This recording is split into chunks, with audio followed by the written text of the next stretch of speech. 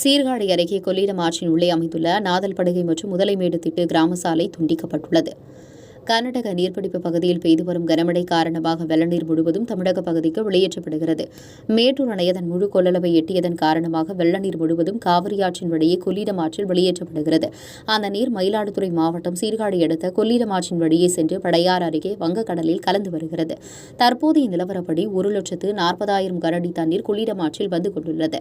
இதன் காரணமாக கொள்ளிடம் ஆற்றின் உள்ளே அமைந்துள்ள திட்டு கிராமமான சந்தைப்படுகை, நாதல்படுகை, முதலைமேடு திட்டு உள்ளிட்ட கிராமங்களில் ஆற்றின் கரையோரம் உள்ள வீடுகளை வெள்ளநீர் சூழ்ந்துள்ளது. நாதல்படுகை மற்றும் முதலைமேடு திட்டு கிராமத்திற்கு செல்லும் சாலையை கடந்து வெள்ளநீர் செல்வதால் போக்குவரத்து துண்டிக்கப்பட்டது. ஆற்றின் கரையோரம் வசிக்கும் மக்கள் தங்களது உடைமைகள் மற்றும் கால்நடைகளுடன் கரையில் அமைந்துள்ள தற்காலிக முகாம்களுக்கு வர தொடங்கியுள்ளனர்.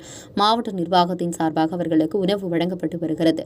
தண்ணீர் அதிகரிக்கும் என்பதால் தீயணைப்பு மீட்புத்துறை, தமிழ்நாடு பேரிடர் மீட்புப் படையினர், மருத்துவக் குழுவினர், காவல்துறையினர், வருவாய்த்துறையினர் உள்ளிட்டோர் பாதிக்கப்பட்ட கிராமங்களில் முகாமிட்டனர். வெள்ளநீர் அதிகரிக்கும் நிலையில் கிராமங்களில் உள்ள மக்களை பாதுகாப்பாக வெளியேற்றுவதற்காக அந்தந்த கிராமங்களில் படகுகள் முன்னெச்சரிக்கை நடவடிக்கையாக கொண்டுவரப்பட்டது.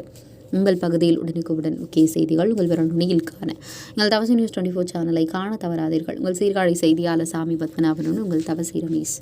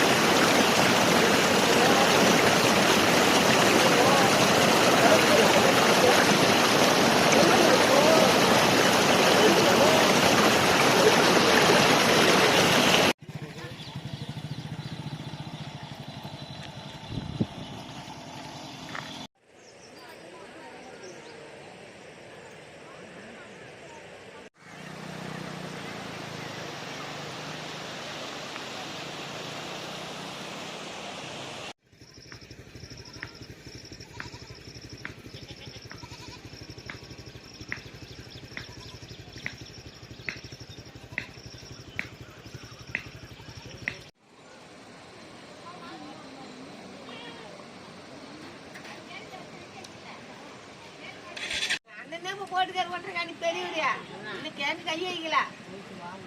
ஒன்றரை போட்டுருக்காரு கூட்டாண்டா அது இன்னும் கையை என்ன பண்ணுறது நான் பார்க்க கூட போகல. எப்படி உங்களுக்கு ஒன்று மாதிரி எடுத்துக்கலாம். அது என்ன கூட்டிருக்காரு